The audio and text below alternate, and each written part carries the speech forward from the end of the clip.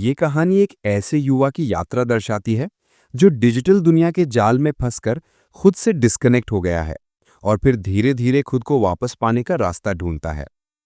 आदित्य की आंखें सुबह मोबाइल फोन की एक नोटिफिकेशन की आवाज से खुली। बिना देर किए उसने फोन उठाया और इंस्टाग्राम की स्टोरीज, व्हाट्सएप के मैसेज और न्यूज की हेडलाइन स्क्रॉल करने लगा।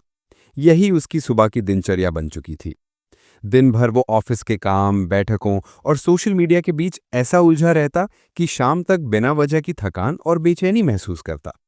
उसे लगता जैसे उसकी जिंदगी एक धुंधले कोहरे में डूबी हुई है, जहां ना तो खुशी का एहसास है, ना ही दुख का। वो अपने परिवार, दोस्तों और यहां तक कि खुद से भी डिस्कनेक्ट हो चुका था।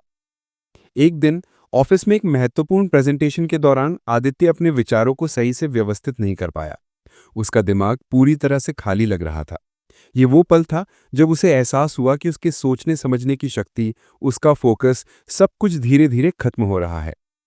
उस रात उसने अपने पुराने एल्बम निकाले। तस्वीरों में वो आदित्य बिल्कुल अलग था। उसकी आंखों में चमक थी, वो असली मुस्कान मुस्कुरा रहा था। उसे समझ आया, मैं वो इंसान नहीं रहा जो मैं कभी हुआ करता था। उसने अपने आप से एक वादा किया, बस बहुत हो चुका, अब मैं खुद को वापस पाना चाहता हूं। आदित्य ने ऑनलाइन रिसर्च शुरू की और उसे पता चला कि उसके दिमाग का रिवॉर्ड सिस्टम हाईजैक हो चुका है। हर नोटिफिकेशन, हर लाइक और हर स्क्रॉल से उसके दिमाग में डोपामाइन नामक केमिकल का स्राव होता था, जो एक फील गुड का झूठा एहसास देता। यही कारण था कि उसे किताबें पढ़ना या शांत बैठकर सोचना बोरिंग लगने लगा था। उसका दिमाग लगातार इंस्टेंट ग्रेटिफिकेशन चाहता था। इस आदत ने उसके धैर्य और दीर्घकालिक सोचने की क्षमता को लगभग खत्म कर दिया था। आदित्य ने अपने दिमाग को डिटॉक्स करने का फैसला किया। सबसे पहले उसने डिजिटल डाइट शुरू की। उसने अपने फोन से सभी सोशल मीडिया ऐप्स को हटा दिया। सोने से 1 घंटे पहले और उठने के पहले 1 घंटे तक फोन का इस्तेमाल बंद कर दिया। उसने अपने कमरे का एक कोना टेक फ्री जोन बना दिया, जहां कोई भी डिजिटल डिवाइस अनुमति नहीं था।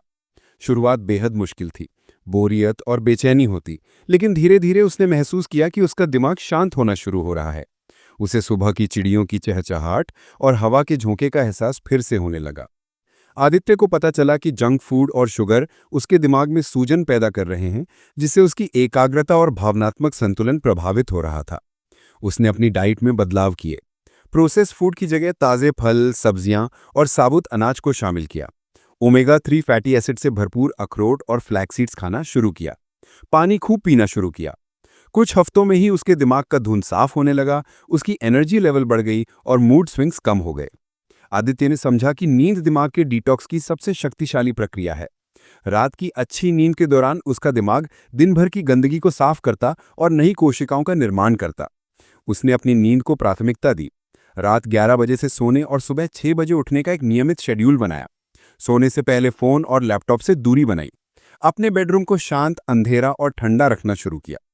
1 सप्ताह बाद ही उसे सुबह उठकर तरोताज़ा महसूस होने लगा और दिन भर उसका फोकस बना रहता था। डिजिटल शोर कम होने के बाद आदित्य ने माइंडफुलनेस का अभ्यास शुरू किया।